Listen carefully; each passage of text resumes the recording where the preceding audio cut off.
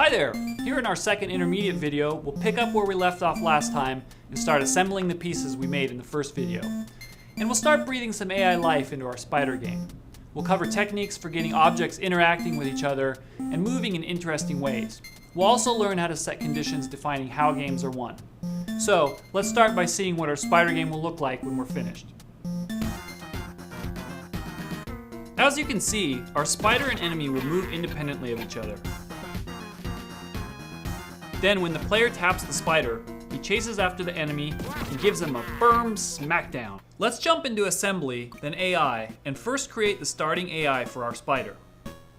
We'll start with the walking art, and then making it loop. What we're gonna do is set at a location so that it appears randomly within an area. We'll define with a bounding box the area in which it appears randomly. Okay? Now for our trigger, what we'll want to do is at a specific time, and that time being exactly at 1-1, which is the beginning of the game. We'll have that be our trigger. And so moving on to action, we'll have it travel and roam. Using reflect, what the spider will do is it will roam within this area that we're defining.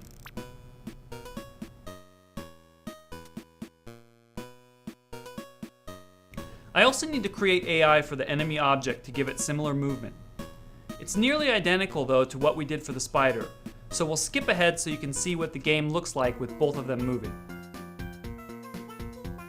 So now with our objects in motion, let's introduce the main mechanic of our game, which is tapping the spider and making him hunt down the enemy. So we'll create a new AI for the big spider. So with the tap trigger, and of course tapping this object,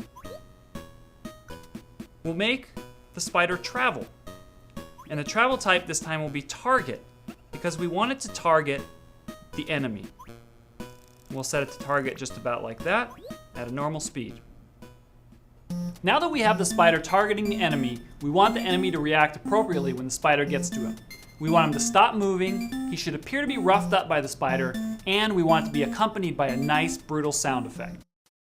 So let's jump into the AI for the enemy. So this time we're going to use contact, because we want it to react when the spider hits the enemy. So touch, another object, and our spider.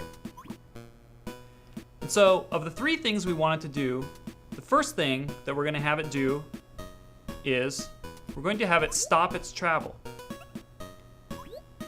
And adding another action, we're also going to have it change its art. So naturally, we would select change to the KO'd art. And then finally, we talked about adding a sound effect. So let's go ahead and choose sound effect.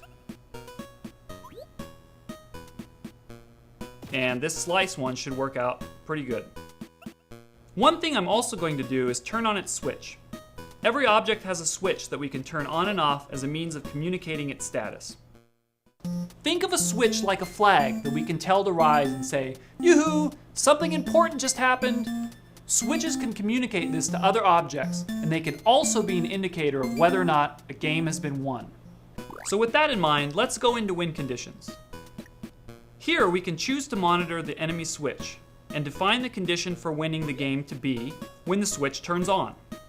So now that we're done with the AI and win conditions, we can see that everything seems to be working as it should. We tap the spider targets the enemy, and we win the game.